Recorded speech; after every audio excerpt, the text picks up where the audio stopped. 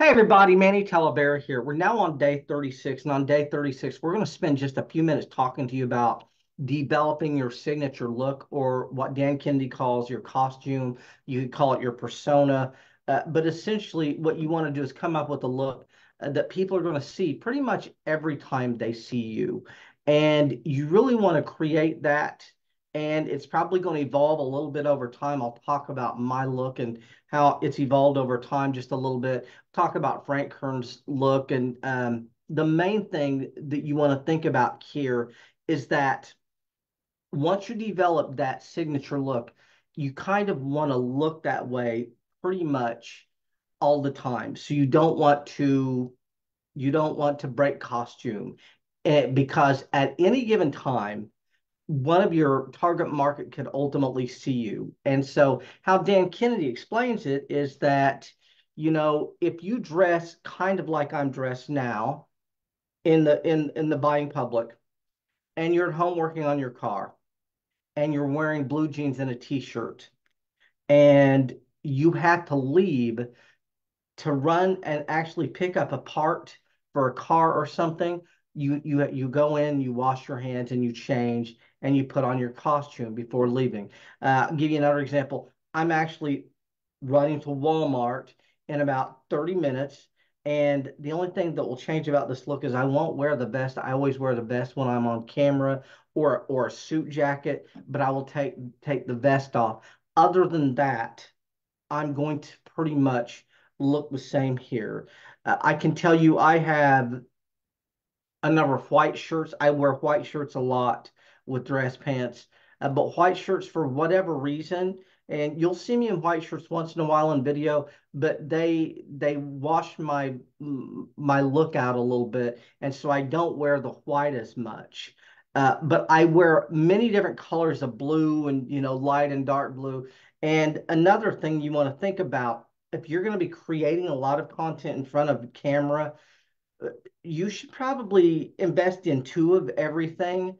If you're going, because what you want to do, you want that look to be consistent from beginning to end. Now, if you look at the last 15 videos, 20 videos I've done, I've had this shirt on, I've had a lighter blue shirt on, and then I've got a really light blue one that'll probably be rotated in soon here. But if you're doing a product, you want to look the same throughout that product. You wouldn't want, to change your look. Now, this is a 365-day video shoot, so I'm not going to be expected to wear the exact same shirt. But I can tell you, generally, when I buy clothes, I buy two of everything. And the reason for that is, if you're in the middle of a shoot and you spill something on you, you don't want to have to you change the way you look because of that. Now, again, the key here is you develop a signature look and then you stay that way. Frank Kern, for many years, was the surfer dude, and the surfer dude wore flip-flops, shorts, and t-shirts. And that was his persona for a long time. And he created that persona. And I can tell you, he was doing the underachiever person. That's who he was basically modeling himself as, the underachiever person. But now he's a high paid consultant to business owners, and now you don't see him in that persona anymore. He completely changed his persona, and the reason he changed his persona is because he was attracting the wrong audience. And he wanted to quit working with startups and only work with setups, only work with high-end business owners.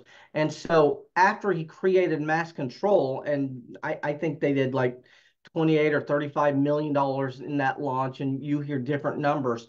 But after he did that launch, what he found was all of the people he was attracting were startups. And so he completely rearranged the deck chairs on the Titanic and completely changed his look. Um, Dan Kennedy tells a good story, and I'll tell it. So I think the guy's name's Robert Wagner. Robert Wagner's at this time in the late 80s, early 90s, a level celebrity. And he showed up, and Dan Kennedy worked a lot with Guthrie Rinker, and they did infomercials. And Robert Wagner was hired to do an infomercial. And so they had like 5 days scheduled for the shoot, and the first day was going to be a read through, and so it's going to be very, very, very informal. And Robert Wagner showed up, and he had a very similar look to mine, except he had a jacket that was a suit jacket that was draped over his shoulder, and he came in and he was dressed really well for a informal shoot. And Dan Kennedy kind of pulled him aside and said, you didn't have to dress up for this. We're just doing an informal shoot to read through today of the commercial. And Robert Wagner said, well, this is my costume. When people think of me, this is what they see. This is what they're expecting. And so I don't break costume. And so you're not going to see me wearing something different than anything that's not similar to this. And I'm pretty much the same way. And so my look has evolved a lot.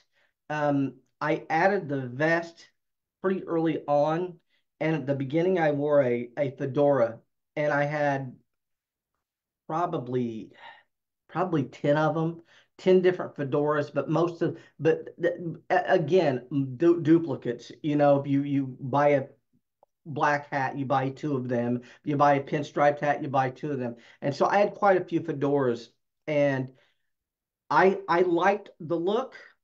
The problem was I was perceived as someone in the mafia, and I didn't like that, and I got that a lot. And if you go back and look at a lot of my earlier material, as a matter of fact, if you looked at the guru backstories or some of that stuff, I I was using that. I was using the black hat and sunglasses and dressed very similar to this.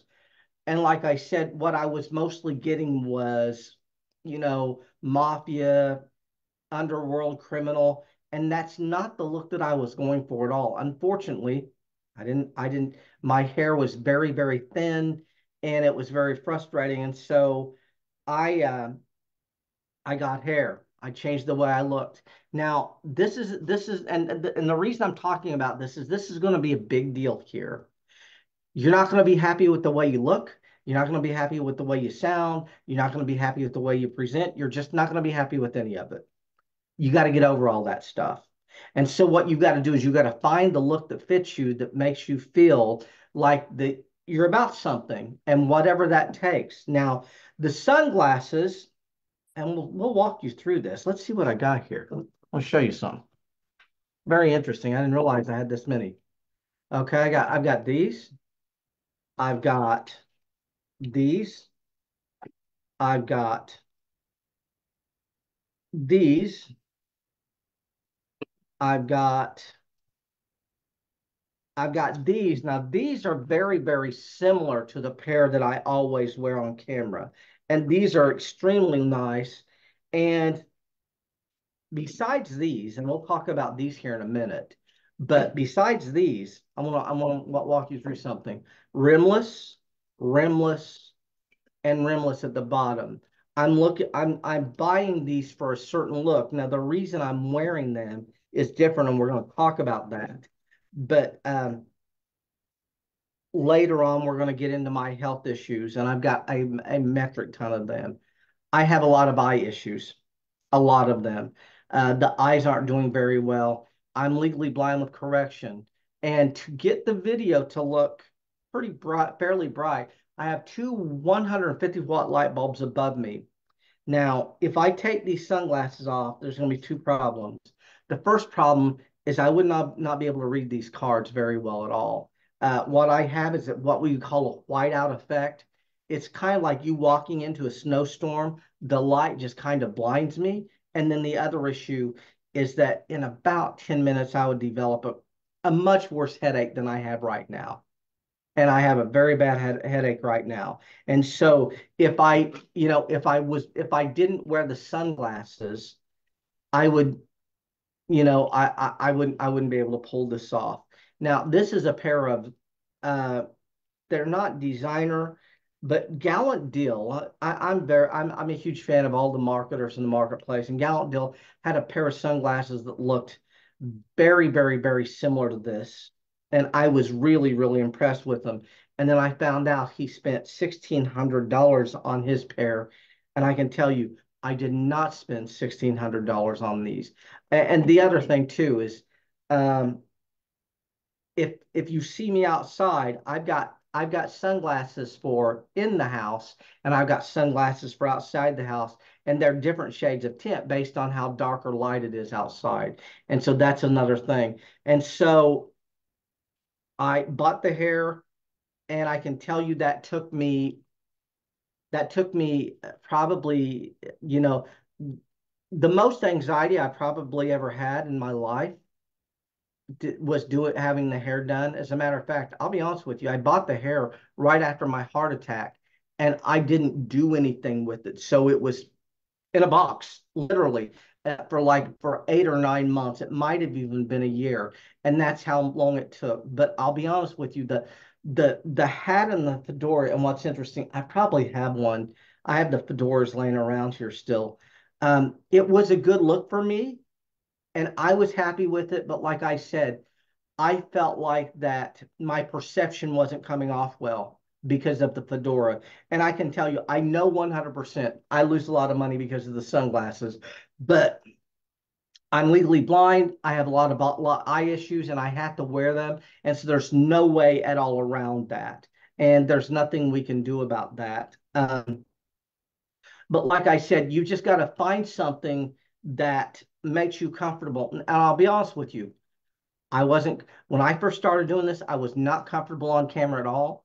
I was deathly afraid of going live. I was deathly afraid of doing any of this stuff. I didn't like it. Um, but I developed that muscle, and what helped me to do that was developing the signature look.